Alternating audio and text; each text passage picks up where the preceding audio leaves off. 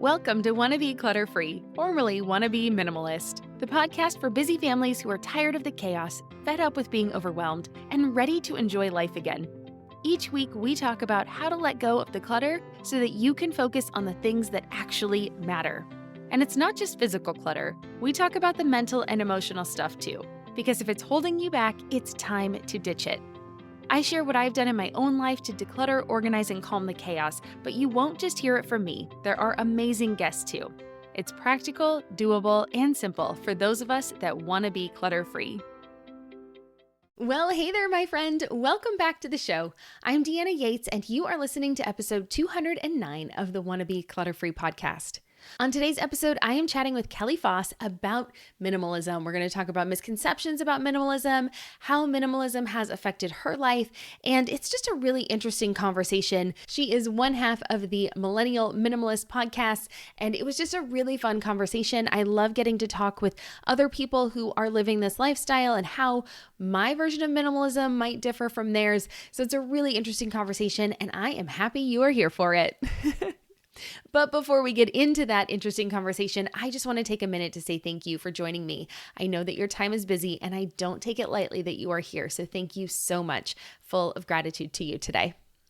And if you like what you hear, can you do me a quick favor and help out the show? There's a couple ways you can do that. One, you can share it with a friend. It also helps you get an accountability partner on this journey with you, which they are worth their weight in gold. So if you don't have anybody helping you with decluttering or organizing or trying on minimalism for size, well, then this might be your best bet. Just get someone on board with you. Number two, you can leave a rating and a review for the show. That helps me reach other people and help them live an awesome life with less stuff. And three, you can leave a comment and share this show on social media as well. If you want to do that, make sure you tag me. I am at Wannabe Clutter Free on Instagram and the social channels. So I just want to make sure that I see that there and I can give you a shout out. All right, well, I will leave links in the show notes, or you can go to wannabeclutterfree.com/209 for more information. Again, that's wannabeclutterfree.com/209. All right, that's enough housekeeping. Let's learn about my guest this week. Well, Kelly Foss is one half of the Millennial Minimalist podcast, which is a podcast on simple living. They are two Canadian millennials and minimalists on a mission to live more with less. Together, they help their listeners simplify their lives and live with greater intention. The dynamic between the two hosts on Millennial Minimalist is fun and interesting. Lauren is the natural minimalist who innately found success in managing the physical excess in her life, and Kelly is the minimalist adopter. So together, they run one-on-one discussions about their minimalist lifestyle journeys and lessons, and interviews with minimalist thought leaders and best-selling authors in the personal development space on their show. So if you haven't checked it out, make sure you do so. I will leave a link in the show notes. But let's get to our conversation now with Kelly. Well, hi, Kelly. Welcome to Wannabe Clutter Free. How you doing today? I'm doing well. How are you, Deanna? I'm great. And this is going to be so much fun. We've already been chit-chatting before this episode started, and you listeners are in for a treat. Kelly is wonderful. And we are going to talk about minimalism today. And we've talked about that a ton on the show, obviously, but I'm really excited to get Kelly's perspective. So tell us a little bit about yourself and what you do. So I call myself a minimalist. I inspire others to live simply. I like to define minimalism as a simpler and more intentional way of life. Simply put, a lot of people see minimalism or they hear the word and they get afraid and they're like, oh my goodness, like I couldn't live that way. I've got too much stuff, or, I don't want to deprive myself of stuff. But that's actually the opposite. This life is about living intentionally. And that's exactly what I'm doing today. I'm running this incredible podcast called Millennial Minimalists, where we inspire our listeners to remove the excess stuff from their life, whether that's physical clutter, mental clutter, emotional clutter, or digital clutter, which is something that I struggle with the most right now. And we really look to help people remove that layer of excess that's getting in the way from pursuing the things that are most meaningful to them. And that's what clutter does. And that's something that we're not aware of. And so Every day I get to run the podcast with my co-host Lauren, where we inspire listeners. I also am the director of a 5K race in Toronto in support of 30 charities as well. So I do that as well. And I am a contributor to minimalism.com. Oh, super fun. I didn't know the 5K race thing. I knew the other stuff, but I didn't know the 5K race thing. That's super cool. Yes. So my background is always partnerships for various brands. And then I decided one day that I would start the podcast with Lauren. It's quite a cute story. And when we started back in 2018, I said, hey, I'd like to work for myself, start to inspire people through the podcast. And then I also was looking for something on the side, and this amazing opportunity came up. And it's a way for me to give back, a way to utilize my partnership skills as well. So I've been doing both at the same time. And I can't say enough about running. I was never a runner before, but running for me is a way to clear my mind. It's an outlet for me when it comes to managing mental excess, which I'm sure we'll get into. Oh, awesome. We will get there. Mine's my Peloton. I love that thing. Oh, just being able to have something, right? Some outlet. And I know, we'll get into that in a second. Okay. So I can go on so many tangents. It's so fun. This is going to be a really good conversation. So you talked there about minimalism meaning intentional. And what does that mean for you? What does it mean to live a minimalist lifestyle? And you hinted at it with intention, but can you expand? Yes. So I see a minimalist lifestyle as the opportunity to remove all the excess from your life. And who wouldn't want that? Who wouldn't want to remove all the noise that's getting in their way? So to me, an intentional lifestyle means living by what's most important to you, what's most essential. You think about what are your needs? And also, where do you want to spend your time? It's also about spending your time with the people and spending your time on the things that are most meaningful to you. So it's two things. It's really owning what you need and prioritizing the things that are most important to you. Yeah, so good. How did you get started with minimalism? So it's interesting. I was in quite the crossroads in my life, and I was in a career transition. This is back in 2018. And you know that feeling, that gut feeling inside where you're like, I don't think I'm doing what I'm supposed to be doing in my life. And that's what I had felt. And it had been years of this feeling. I've always wanted to be in a creative field. I'm a creative person. I love connecting with people. I love inspiring people.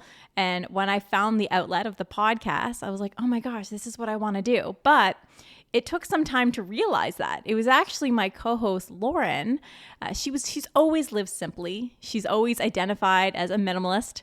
And one day, she had inspired me to go into my closet and start removing the excess from my closet.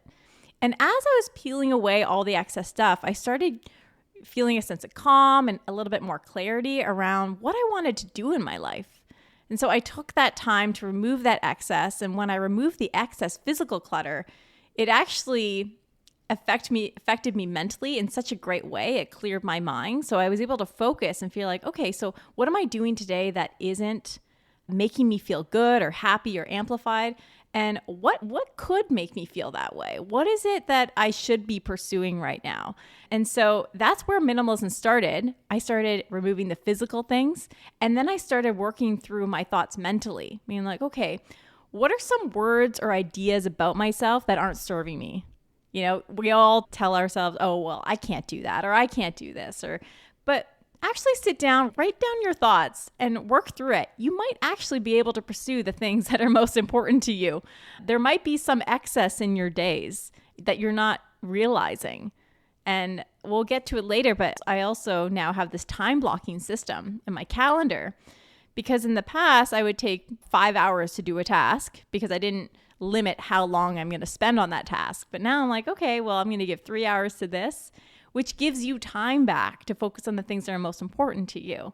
And, you know, we're in this world that's so noisy today, right? That's why I think minimalism specifically today is so important, because there's so much noise coming up at us, from the physical clutter around our house to the notifications on our phone to the social shoulds that tell us that we should be doing certain things at certain times when we're not. And there's so much out there. And so this lifestyle is really about, it's more than about things. It's about managing the noise in our everyday. You said some really powerful things in there. One, I love the idea of the letting go of the words that were defining you, that you didn't identify with, right? You just had all these, and that happens, right? And it definitely happens, like you said, in these transitional moments. So I think that's a really great time to look back and really just assess, like, okay, was I happy with this last little period of my life? I like to look at them as different seasons of life. We've had so many different moments in our life. I almost look at them like chapters in a book or seasons of the year where we've lived different places and we've been different, like just wearing different hats, being an entrepreneur or being a property manager or being I started out as an auditor and a tax preparer. Whew, yeah, I've had a very varied journey. And so, but I remember going through something somewhat similar to how you were saying, where I just didn't feel right about it, right? I knew that first job wasn't a good fit for me because when I would walk in the room, people were like, oh, the auditors are here. And I'm like, but I'm really nice.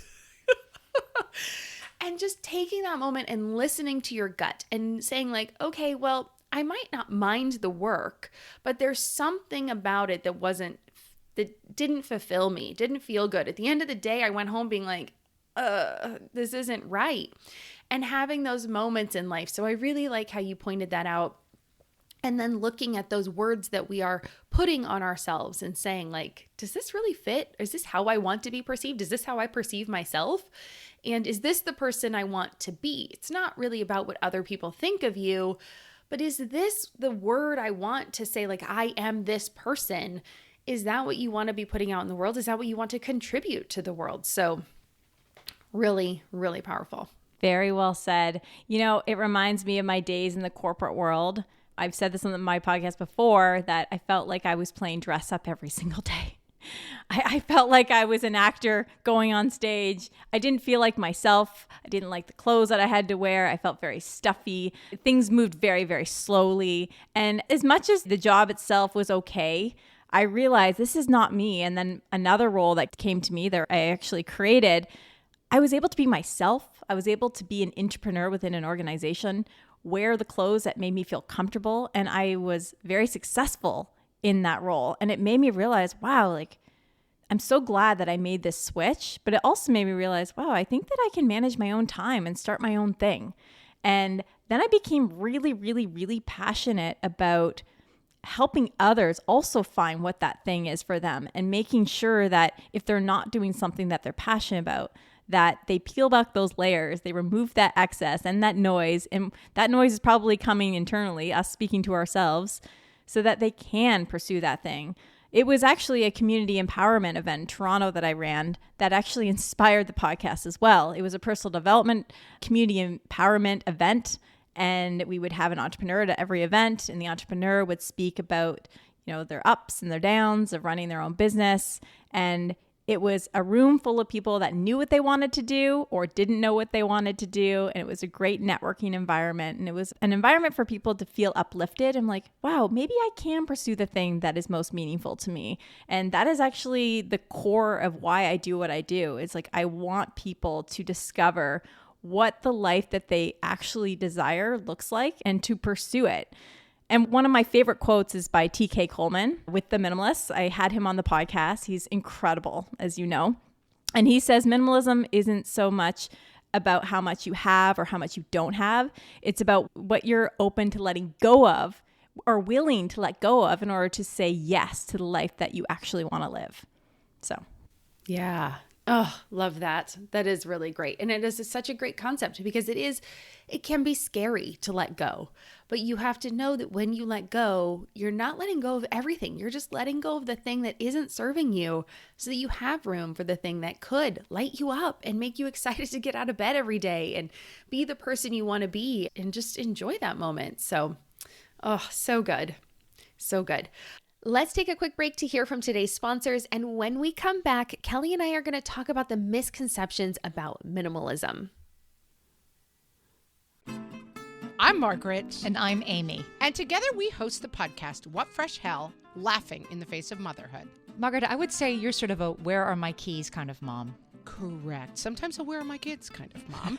Well, you're, Amy, more of a we were supposed to leave 35 seconds ago, mom. I mean, touche. In each episode of What Fresh Hell, we come at a topic from our usually completely opposite perspectives. I bring the research. And I bring kind of the gimlet eye. Like, is that research really going to work, people? And almost 10 million downloads later, we're still laughing. We also talk to experts in the parenting field, plus parents with stories we can all learn from. We make each other laugh, we challenge each other's assumptions, and we have what we think is the best parenting community on the internet. Check out What Fresh Hell? Laughing in the Face of Motherhood wherever you listen to podcasts.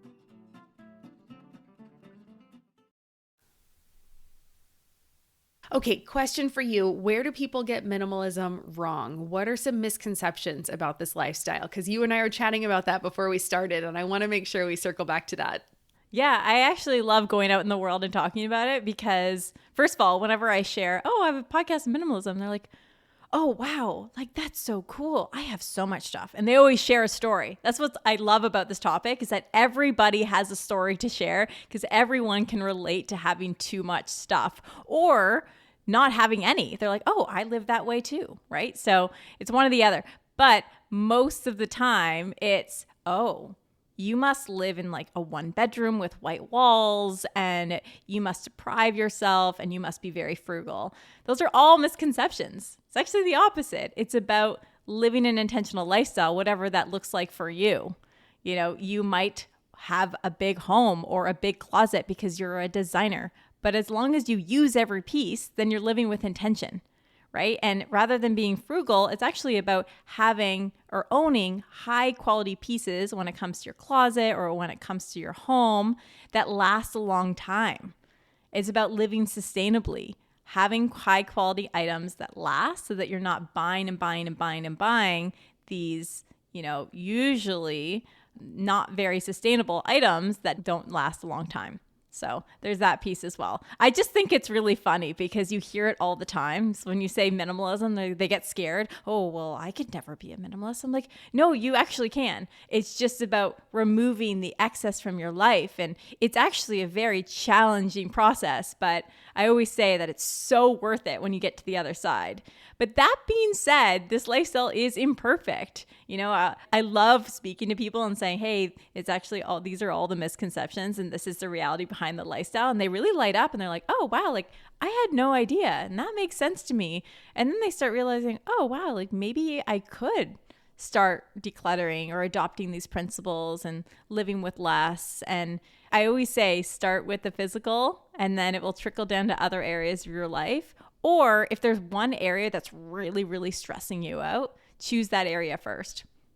I love that starting point. I think the same. Yeah. Pick the place that's really stressing you out because that will make the biggest difference. I mean, generally it's the physical, right? When I mentioned that. So I'm totally on board with that because once you can start to get a little breathing room, it makes it a little bit easier to try and tackle the next place, right? Because you're like, ooh, I got a little taster. It's like the little taste test at the ice cream store, right? I tried that flavor, didn't really like it. I tried that one. Ooh, that one tastes good. I'm going to get more of that. Okay, now go in and go in and go in and keep going and more and more. So yeah, really love that idea there. So let's talk about, we keep talking about this idea of excess, right? And you say that there are main types of excess. What would you say those are? So I would say it's physical, mental, emotional, digital, spiritual, and relational. Relational clutter is an area that I think people forget about. As I said, this lifestyle is imperfectly perfect. Even I'll just say this from the top that Lauren and I, we live simply, but it's a maintenance game. We're constantly maintaining the stuff that comes in and out.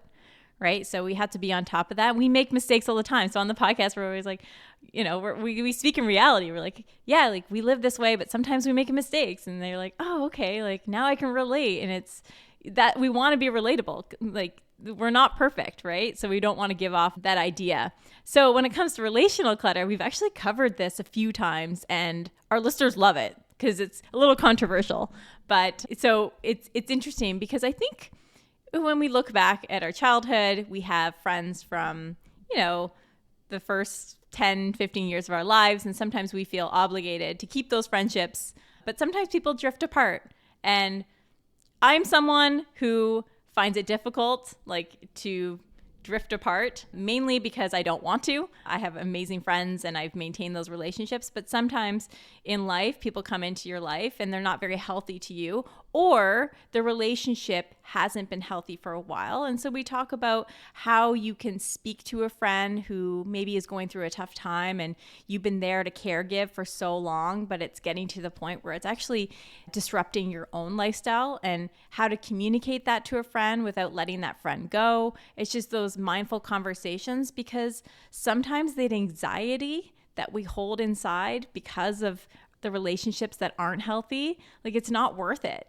You know, even my co-host and I can relate, like, even stuff between the two of us, like, we both feel anxious about something and then we talk to each other and we're like, wow, that was so easy. You know, a lot of us, we struggle inside when it's really like, it's just about communication and meeting up with your friend and making it known, like, how you feel. But then there's sometimes in our life where that person, maybe from our childhood, you no longer feel connected with them anymore. And as you said in the beginning, it's about seasons of your life. And so it's about being mindful with who you spend your time with. Because I think they say that, like, the 5 people you spend your most time with, you kind of become, right? So it's important to ask how you feel when you meet with someone. So this is something that I do, and hopefully other people do this with me too, is, you know, you meet with a friend or someone in business and you ask yourself, okay, how do I feel? Do you feel amplified? Do you feel excited? Do you feel drained? Ask yourself how you feel, because if someone's constantly draining you, that could be causing emotional clutter. Oh, so good. Yeah. And you don't have to necessarily completely cut that person out of your life, but just if you have that awareness that this person is a drain on you and you still want to maintain that relationship, you just can set up more boundaries, and you can set up that expectation going in saying, like, look, this person doesn't fill up my bucket, right? This is going to be more, I'm going to give more than I'm going to get out of today. So I need to just, like, steel myself and be ready for that. Because I think sometimes people, like, really freak out that they're like, oh my God, I've got to cut out this person in my life. And you don't have to. But just if you're aware of that situation, it really helps your perspective going in and coming out of it. And then you're like, oh, okay, right. I feel a little down because I was hanging out with that person, but they're still important in my life. Now I'm going to make sure that I bookend it or end it with something that's going to fill me back up and get me back to the place where I'm I call them the 3 Ps, the person, partner, or parent that I want to be. Very well said. Oh, I like that a lot. Thanks. I love my 3 Ps. No, that's really, really well said. And yeah, relational clutter is a tough one. But again, it's about communication. All right. It's time for one more quick pause, and then Kelly's going to talk to us about overcoming being a yes person and starting to set boundaries in her life. I like that you use the word boundaries, because boundaries has been been very challenging for me to set boundaries in my life. And that showed up in every area of my life, my work life, my personal life. And I've learned that it's actually important, and that the people in your work life and your personal life will respect you more for having boundaries. I was so shocked at the time. I was like, wow, so, like, me communicating how I feel and my directness is actually a great thing. And it's like, yes, it is. And, you know, I don't know if you've felt this before, but I was trapped in, like, the people pleasing mentality of, like, making everybody happy. And that is draining mentally. And then always feeling like I need to be my best and always put, like, my best face and, like, communication forward. And it's just, I don't know where this came from, but I have this perfectionist mentality, and it's put a lot of pressure on me. So I've been able to, like, start peeling back those layers and realize, no, don't do that. It's people want to connect with you, all your flaws and who you are, your genuineness. And this is one of the biggest benefits that I've gained from living a minimalist lifestyle, is I've been able to peel back those layers, those social walls, and actually embrace my authentic self. And so it makes me feel so good every day knowing that I can just be me. And it actually shows up as being more present with the people that you're around, being more present with your family and your friends. And that's huge. That's huge. That's been huge for me. So, well, by no means am I perfect on any of that. I did mean to say that earlier. I also am. It's a wide range of variation on where you are on any given day, on how well you feel like you're doing on the minimalism train. So for sure. But back to that people pleasing, 100% recovering people pleaser, still struggle with setting boundaries. There's often times where I'm like, why did I say yes to that? But I try to take a moment of being like, okay, in the moment, apparently I really wanted to do this thing, or like, okay, learn from this. Next time, take a moment. I've really tried to get to the point of saying, that sounds awesome, but let me check my calendar and make sure I have the capacity, right? Or let me just, let me make sure that fits on my schedule. I don't, just to make sure it works with everybody. I try to just take a moment to pause, even if it's something I really want to do, because I do struggle with saying yes way too much and spreading myself way too thin and going through the moments of like, I'm totally jazzed. Oh my gosh, I'm so burnt out. Oh my gosh, I'm totally jazzed. Oh my gosh, I'm so burnt out. I've definitely gone through those cycles. So I'm still recovering. I'm a recovering people pleaser, 100%. But there's another point I want to make. I read the book Fair Play by Eve Rodsky, and you probably, I don't know if you've read this book or not, but it's all about basically sharing household duties equitably in the home. Not equally, but equitably. And there's a point in there, kind of in the beginning of the book, where she's talking about divorce rates and how so many women will kind of lose themselves in marriage and in motherhood. And it kind of then diminishes, well, not even kind of, it totally diminishes their light. And the person that their husband fell in love with is not the same person that they are looking at day in, day out, because they have let these boundaries go.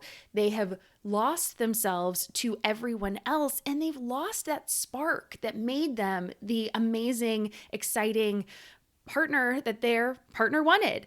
And so that moment of like, oh my gosh, like you have to be more of yourself, because if you start to lose yourself to everyone else, they lose the person that they love, right, too. So in a way, you're still pleasing others, but you got to please yourself, right? You got to kind of, like, for recovering people pleasers like me, it's nice to have that moment of like, oh, they actually want the real me, and that's actually going to please them more than trying to make everything easy for everyone else. Because you're not going to make everything easy for everyone else, and everyone's going to miss you along the way. So anyway, that was just something that I had recently read that book and was just like, oh, that is an eye-opener. I agree. And I think even people who are not married can relate to that, feeling like they're not like themselves anymore. Maybe they're living with people that aren't really amplifying them at all, or they're losing themselves in a situation. And I think that I've definitely been there before. And I would say that minimalism has helped me have that fresh new start. It's almost like a clean slate. It's like a white board, and you can just start fresh. It is awesome. That's what I love about it. It's like, if you identify this in yourself, it's about being super, super mindful and doing the work internally. If you can identify that that's how you're feeling right now, I can tell you, I've been there, and you can get through it. It takes some time, but it is going to be so worth it. Working on yourself internally is really, really hard, and maybe we can go into it now. Clutter actually stems from an emotional issue. So that's what clutter is. And so you have to look inward and figure out, okay, so why am I attached to this stuff? Or why am I attached to these ideas that aren't serving me? Right? What is it that I need to figure out and work on? Do I need to speak with someone? Do I need to speak with a therapist? Could I speak to a friend? Is there stuff that I'm holding on to that is bringing negative energy into the atmosphere that I live in every day? So these are all things to be mindful of. I love that you pointed out that, even when you're people pleasing, you're not actually pleasing everyone. Right? Like you can't please everyone. And at the end of the day, you are left feeling drained.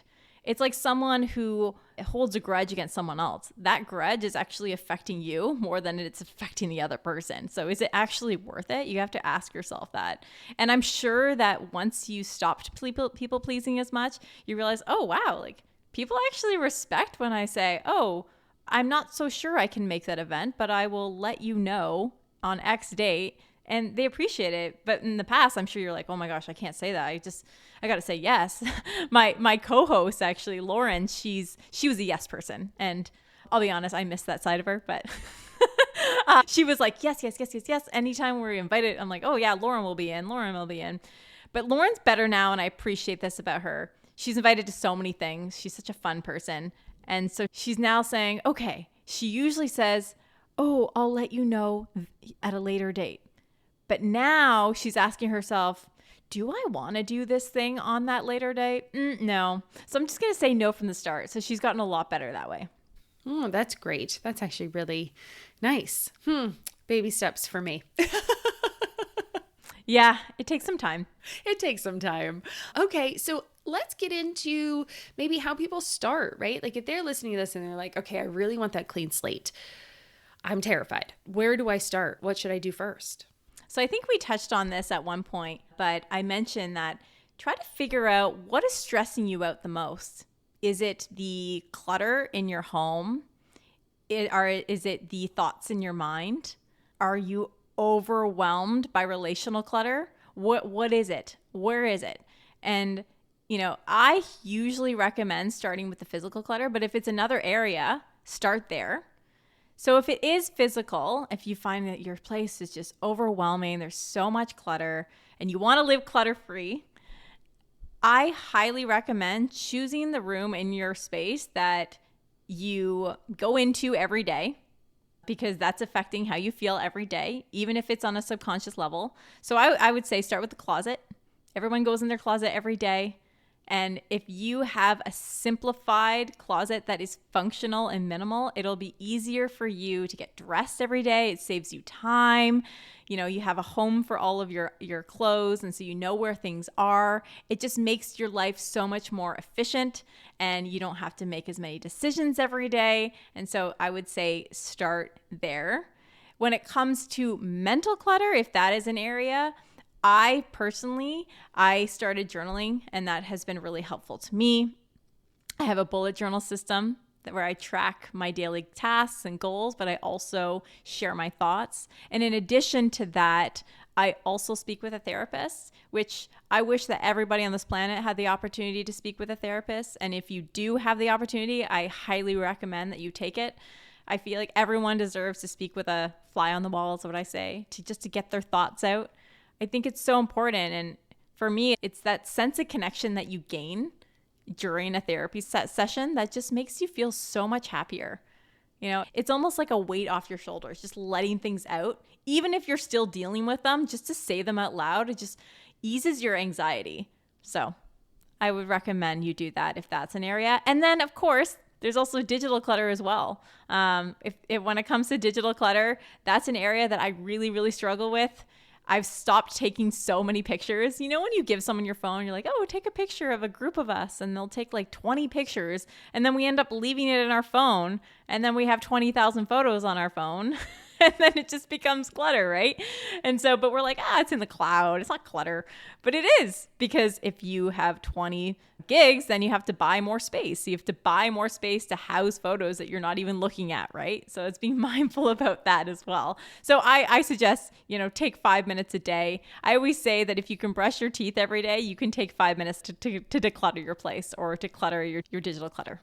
Ooh, I love that little quote. We're going to quote that for the show. I love it. Yes, if you have 5 minutes a day, or if you have time to brush your teeth, you have 5 minutes to declutter. Totally. And we just had that happen with us on our phone with friends in town. We had friends in town over the weekend, and, you take all the photos and you take all the videos, and they have 2 teenage girls, so there were lots of photos. And yeah, I definitely did that. I had the group photos, and I made sure, I was like, okay, here, you pick your favorites of them, and those are, heart them. I will send you those ones, and I'm going to delete them. And then if I didn't like the favorite ones after I sent them to her, I can delete the ones that weren't my favorites. But it was just a nice way to be like, okay, make sure you just pick your favorites, because I'm not keeping all these.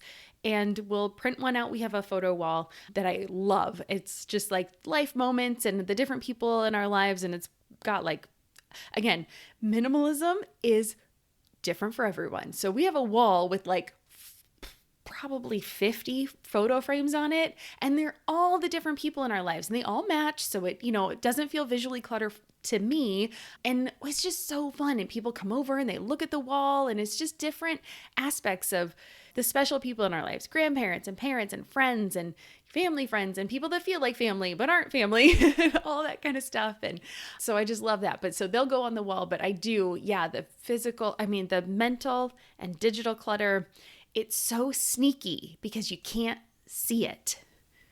It just sneaks up on you. That's exactly it. Same with having a basement.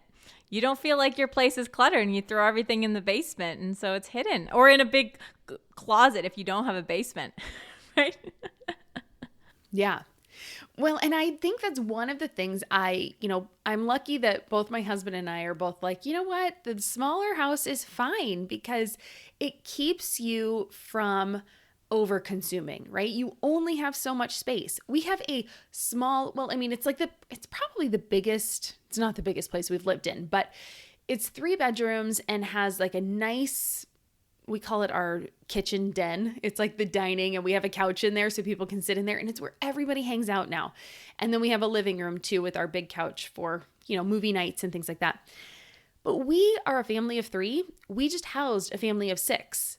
And we made it for a few days. There were 9 of us here. So that's the most we've had at one time. And it was nice. I mean, yeah, it was cozy and it was a little tight, and the bathroom got a lot of use, but but it was just so nice to be able to do that and figure out how to maximize the small space we have. And yeah, it was really, really fun. It was really, really good time. And I'm sure you maximize that sense of connection that you gain with all those people because you don't have a lot of stuff in your house, right? So you're able to focus on the conversations and the experiences with them that are most important, right? And that's the beauty. People think, oh man, like that they need to cover every wall and that they need to just have all this stuff to be, in every corner of every room. And it's like, no, you don't need that. I mean, if you do and you love stuff, then have stuff. But if you find that it's taking away from your life and, taking your time, it could be hindering your everyday. So it's good to be aware of that. But that's great. I think that's pretty awesome that you're able to make it work with a small space. But again, it's because you're organized. It does. Tremendously.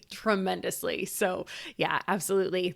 All right. So what advice would you have for someone who is having a hard time letting go of, let's go with sentimental clutter? That's one of the biggest things. And I think that's one of the things that scares people the most when it comes to minimalism. They feel like they're going to have to let go of all this stuff that means something to them, or they want to let go of it. Maybe they're on board, but they're like, it's such a struggle. So let's hear your tips. Well, I'm glad that you're asking this question now. I actually just helped my parents declutter their basement yesterday, and there's a lot of sentimental items down there. There's a place in heaven for you. My dad just thanked me so much this morning. He's like, thanks for coming over for 5 hours yesterday to go through everything. My brother came as well. We all went there and brought up all the boxes and went through everything. And, I worked with my mom and my dad, and sentimental items are a big thing. And even for myself, I would say. So my first tip is, when it comes to a sentimental item, I'm sure anyone can think of one item. Think about that item and ask yourself how it makes you feel. If that item is pulling you into the past and into memories that aren't really serving you today, then you'll realize it's easier to let go of that item, and you can possibly sell it or donate it. Or maybe you really love the item, but you can't really use it. So I recommend in that case, and it could be of good use to someone else, I recommend taking a photo of it. If you really want to remember that, you can take a picture of it and sell that item. My partner, he had a trumpet, and he was like, you know what? I thought this was a version of me, but I'm probably not going to use it. And so, people sometimes they have that fantasy version of themselves. They have a guitar and they think that they'll play it one day, but they actually won't. It was maybe passed down. So for my partner, it was his father's. And so he's like, well, maybe I'll keep it. But instead, he decided to sell it. And it's a great story. We ended up selling it to this incredible jazz musician. He started playing it, and we're like, wow. It makes us so happy to know that that instrument is going to someone who can make great use of it versus having that trumpet sit under the bed and collect dust for the next 10 years, right? So that's another great tip. And lastly, I think sometimes we have a lot of stuff that's been passed down from us, and maybe it's from one specific person. What we need to realize is we don't need all of their stuff. Maybe there's a couple things that can spark memories, and you can just save a couple things that you know could be useful to you, or even if it's just something that you love that could be on display, that's fine too. But you don't need all of the stuff. Figure out what's most important, that in which you like the most. And I actually have another example. My mom was a daycare worker for 30 plus years. Biggest heart in the world. I don't know how she does it. It's the hardest job in the world. Being a mom and being a daycare provider. She had like 6, 7 kids at a time at once. I don't know how she does it. She just loved it. She could watch kids 24/7. I'm the luckiest daughter ever if I have children. So she has a bunch of stuffed animals in the basement. And I didn't realize how much she had clung to these things. I was like, wow, this would be a great donation item to a local daycare or preschool or something like that. And she goes, well, do you remember this stuffed animal? This specific one? And it was a big cat, and the cat came with a bunch of cat babies. And I was like, oh my goodness, I remember playing with that when I was like 5 or 6 or something like that. And it did feel good. I was like, oh, it's so cute that you kept this thing. And I remembered that memory, and Mom remembered that memory in that moment. And then I said, okay, so how do you feel now? I remembered that memory, but we know that I don't need to use it. And she goes, well, you might have kids one day and you could use it. And I said, well, yes, I may have kids one day, but I don't need this now. And in 2 years, when I do have kids or something like that, then I'll buy something else. Is it worth the cost of storing when I could buy something similar that's $5, $10 down the road? And she realized it's not worth storing. And so we ended up taking this huge, huge basket of stuffed animals, and she's going to be donating it. So good. Well, congratulations. Like I said, there's a special place for you for helping your parents get through all that stuff. It is so hard with parents, I know, because there's so many emotions, and that's really challenging to So anyone listening, I would recommend starting on your own stuff before you help your parents. Trust me, it's an emotional minefield sometimes with the parents, but that is amazing. And I love those stories that you told. And I love that someone else is able to use that trumpet and make it just sound beautiful. And what are they now going to be able to do because they were able to buy this trumpet? I would imagine trumpets aren't extremely inexpensive.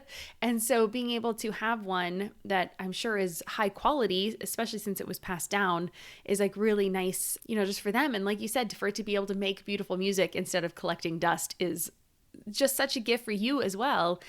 And then also I love the tip of saving the one thing, just 1 or 2 things. We did that with our daughter's baby clothes. I know baby clothes are so difficult for parents to let go of because you look through them and you're like, oh my goodness, they're so cute and da-da-da. But to understand as a parent, that is your memory. It is not your child's memory. You at 5, were able to remember that cat, but pre-5, they're not going to really remember much of that stuff. So to understand that that's your memory and your emotion as a parent. But we just took the outfit we brought her home from the hospital in, and I sewed it, I stitched it to a poster board, and then I framed it. Oh, that's so cute. Yeah, it's hanging up in our living room. I've got a little handprint of hers and her footprint kind of in the same thing. So it's just a great little memento for us. And it was so easy then to let go of everything else because I didn't need all the other things to remember how small she was. I have pictures. Now I have her little handprint. I have her footprint, and we can see it all the time. And so, our house the walls are not all filled, but there's a lot of things on the walls, but they're from our memories and things we've done. So this picture is in Rio de Janeiro, and that's one we took, and we've got my husband's guitars on the wall, but he plays those guitars, but now we also use them as art. And so being able to display these things out and about in our house of the different seasons and chapters of our lives is really fun for us to be able to look back on them. And it tells the story of who we are for the people that come over, right? We can then... It just allows us to be like, this is our life. Our life is on display, and you feel that when you come in to our home. So that's one of the things that being minimalist and clutter-free helps me do. I love that there's a logic behind everything that you do in your home, and there's a story to share. I love that. That's so great. I actually still want to do a little bit of a shelving behind me in the screen right now. I want to do kind of a mix between photos and books of authors that I've interviewed. And, that way I can share more and explain, what I do if someone were to come to my house. But yeah, I also have bare walls, and that's also for a reason, because then I can just sit with my thoughts and not think about anything else. Meditation is a big part of this lifestyle as well, is meditating, not just seeing a therapist, but also meditating. Sitting there alone with your thoughts is very, very challenging. And sometimes we feel like we're not being productive when we do that. It's like, oh, well, I got to be doing this and this and this and this.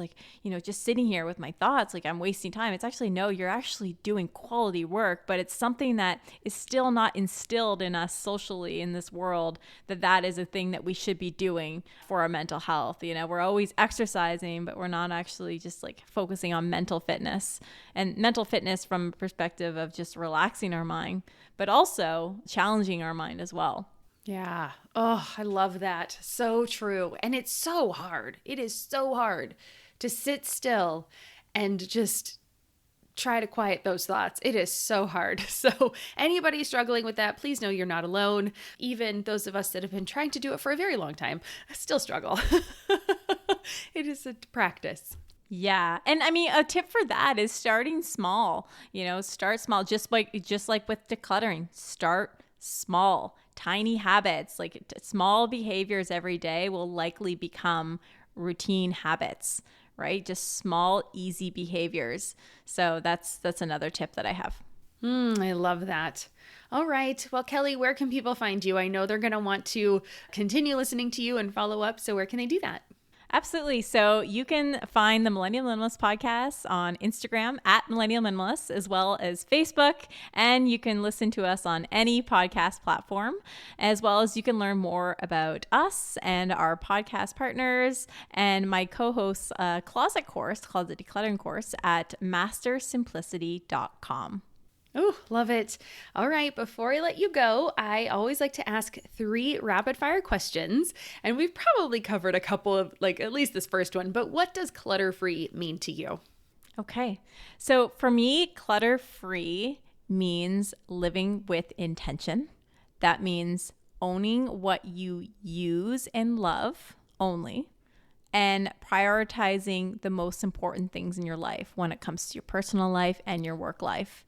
And of course, that doesn't mean your life is perfect. It just means that your life is less cluttered so that you can focus and have a clear mind and do the things that really light you up every day, spending time with people that you really care about, doing the work that you enjoy, and even sometimes the work that you don't enjoy, but making sure that you're making time for what is most important. So good. All right. Number 2, what is making you happy right now or in this season of life? I love this question. I do believe in seasons in life.